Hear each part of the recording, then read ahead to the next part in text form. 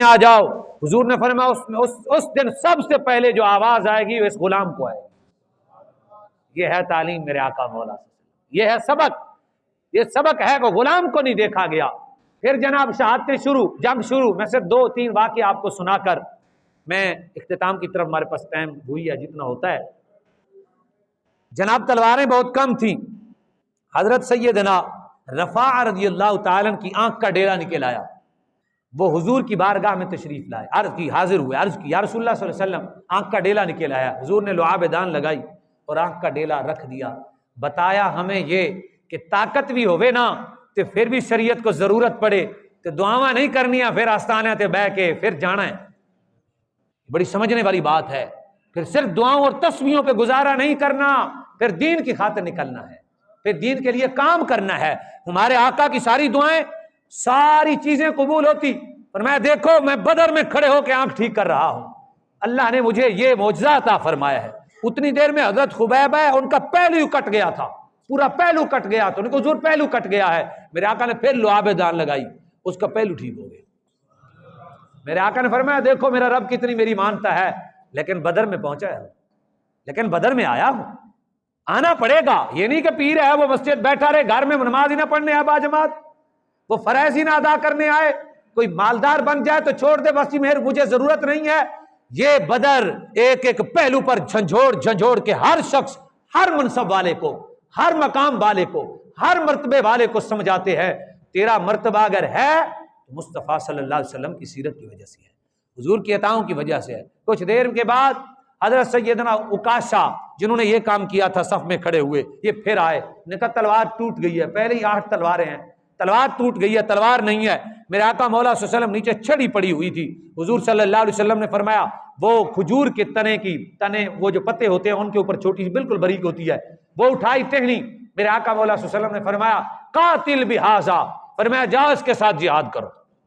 صحابی نے یہ نہیں کہا یہ ہے ایمان کا تقاضا. حضور ہے چھڑی دیتی جے مارا گا وہ دیکھو تلوار ہوئے گی، ٹکڑے ٹکڑے کر کے رکھ دے گا.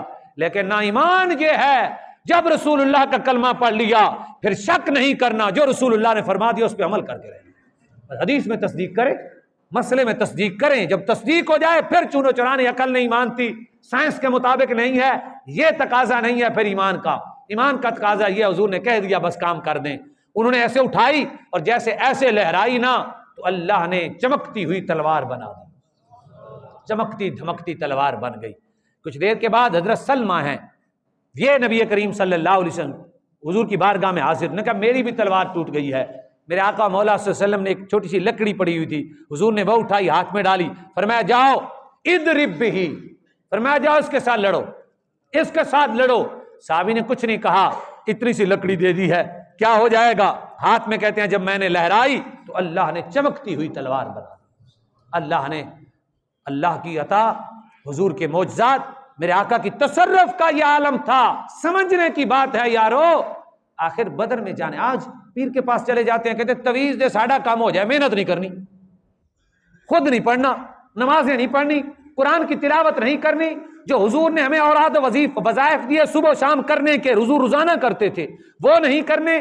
خود اللہ سے نہیں مانگنا، اللہ سے، اللہ کے نیک بندوں کے پاس جانا چاہیے کیونکہ وہ بڑے مقربین ہوتے ہیں، صالحین کے پاس جانا چاہیے، ہمارے تعلیم ہے. لیکن خود بھی عمل کریں. یہ ہے بدر کا آج کا سبق جو بدر ہمیں تعلیم دیتا ہے. تیری قوت یہ ہو کہ تو سورج کو واپس پلٹا سکے تب بھی تیرے اوپر نماز فرض ہے. تیری قوت یہ ہو کہ چاند کو 2 ٹکڑے کر سکے تب بھی تجھے نماز پڑھنی پڑے گی. تیری قوت یہ ہو کہ لکڑی کو لوہا بنا دے تب بھی اللہ کی فرما برداری کرنی پڑے گی. تیری طاقت یہ ہو کہ آنکھوں کے ڈیلے نکلے ہوئے جس کا کوئی رشتہ ہی نہ ہو، وینے شریانے کٹ گئی ہوں، تیری طاقت یہ ہو تب بھی تجھے اللہ کے فرائض کو ادا کرنا پڑے گا، دین کے لیے نکل کے جانا پڑے گا. تیری قوت یہ ہو کہ کسی کا پہلو کٹ جائے جس میں ٹکڑے ٹکڑے ہو جائیں اور تو ان جسموں کو ملا لے اپنی طاقت کے ساتھ، اپنی روحانیت کے ساتھ، اپنے اولاد و وظائف کے ساتھ، اپنی ولایت کے ساتھ. لیکن اس کے باوجود بھی بدر میں جانا پڑے گا. کبھی زندگی میں بدر مسجد ہوتی ہے، کبھی ماہ رمضان بدر کی شکل میں آتا ہے، کبھی زکوٰۃ آ کے کرشمہ دکھاتی ہے، کبھی جا کے حج کرنا پڑتا ہے، کبھی جہاد کرنا پڑتا ہے. بدر کے کرشمے اسلام میں ہیں کہ بندے کو چھوڑ کر، دنیا کو چھوڑ کر، دنیا کے سارے کچھ جاہ و منصب ہونے کے باوجود اللہ کی فرما برداری کرنی پڑتی ہے. یہ ہے بدر کی